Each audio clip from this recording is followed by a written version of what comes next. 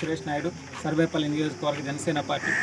ఈరోజు రెండో విడత మా అధినేత పవన్ కళ్యాణ్ గారు ఏదైతే జనసేన పార్టీ జెండాను మోస్తున్నటువంటి ప్రతి ఒక్క కార్యకర్తకి, జన సైనికుడు, జనసేన నాయకుడికి అండగా ఉండడం కోసం క్రియాశీలక సభ్యత్వాలని కార్యక్రమాన్ని చేపట్టడం. క్రియాశీలక సభ్యత కిట్లు సర్వేపల్లి నియోజకవర్గంలో బొబ్బేపల్లి సురేష్ గారి ఆధ్వర్యంలో కిట్లు పంపిణీ చేయడం జరిగింది. నిజంగా దేశంలో ఏ రాజకీయ పార్టీ కూడా ఇవ్వనటువంటి భరోసా జనసేన పార్టీ వాళ్ళ కార్యకర్తలకు ఇస్తుంది క్రియాశీల సభ్యత్వం వల్ల. నిజంగా ఈ సభ్యత్వం తీసుకున్న వాళ్ళకి కూడా అందరికి కూడా ఎవరికన్నా యాక్సిడెంట్ జరిగితే వాళ్ళకి 50,000 రూపాయల వరకు మెడికల్ బిల్స్ కడుతుంది. అదేవిధంగా దురదృష్టవశాత్తు ఎవరన్నా కనుక చనిపోతే ఆ కార్యకర్తలకి 5 లక్షల రూపాయల వరకు వాళ్ళ కుటుంబ సభ్యులకి ఇస్తుంది.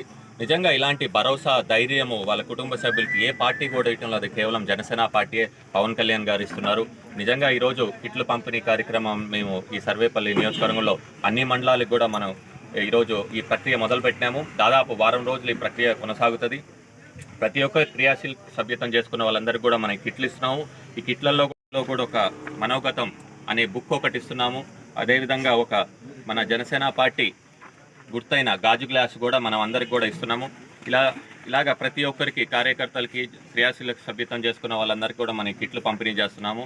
అదేవిధంగా ముఖ్యంగా చూసుకుంటే మనం ఇప్పుడు ఈ రాష్ట్రంలో ఒక రాక్షస పాలన కొనసాగుతుంది.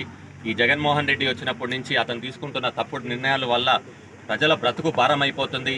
ఈ వైసీపీ వైఫల్యాల వల్ల ఎక్కడ చూసినా కష్టాలు, కన్నీళ్లు తప్ప ఏమీ లేదు. ఎవరిని కదిలిచ్చినా కానివ్వండి, వాళ్ళ బాధలు చూస్తుంటే కడుపు తరుక్కుపోతుంది. రాబోయే రోజుల్లో మాత్రం ప్రజలందరూ జగన్మోహన్ రెడ్డికి బుద్ధి చెప్పడానికి రెడీగా ఉన్నారు. ఎందుకంటే ఎక్కడ చూసినా సమస్యలు సమస్యలు సమస్యలు అంటే చెప్పుకుంటే ఒక రోజు సరిపోదు.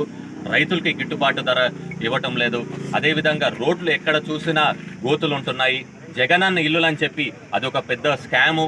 ఎక్కడ చూసినా ఎంత నాసిరకంగా కట్టున్నారంటే లోతట్టు ప్రాంతాల్లో కానివ్వండి, పిల్లర్లు లేకుండా కట్టడం కానివ్వండి, తాకితే పడిపోయేటట్టు ఉన్నాయి. అదేవిధంగా చూసుకుంటే ఈరోజు కరెంటు బిల్లులు తాకితేనే షాక్ కొడుతున్నాయి, కరెంటే కాదు, వైర్లు కాదు. అసలు నిజంగా చెప్పుకుంటే టమాటోలు కూడా 200 రూపాయలు దాటిపోయినాయి. అసలు అంటే ఎవరు కూడా సామాన్యులు బతకలేని పరిస్థితికి వచ్చింది. ఉద్యోగ చీప్ లిక్కర్తో ఆరోగ్య సమస్య చెప్పి తెచ్చుతున్నారు. ఎంతో మంది ప్రాణాలు కోల్పోతున్నారు. ఒకటి కాదు, ఎన్నో సమస్యలు ఉన్నాయి.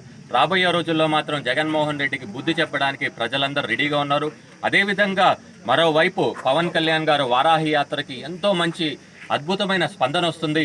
రాష్ట్రంలో ఎక్కడ ఏ సమస్య వచ్చినా మొదట అందరికి గుర్తుకొచ్చేది పవన్ కళ్యాణ్ గారే. ప్రతి ఒక్క సమస్య మీద పోరాడుతూనే ఉన్నారు. కౌలు రైతులు కూడా చనిపోతే ఎవరన్నా వాళ్ళ కుటుంబాలకి 1,00,000 రూపాయలు సొంత నిధులు ఇచ్చేది కేవలం ఎవరన్నా నిజాయితీ గల నాయకుడు ఉన్నా అంటే రాష్ట్రంలో అది కేవలం పవన్ కళ్యాణ్ గారే. అదేవిధంగా ప్రజా సమస్యలు ఏదన్నా ఉంటే అది జనవాణి తరపున తీసుకుంటూనే ఉన్నారు.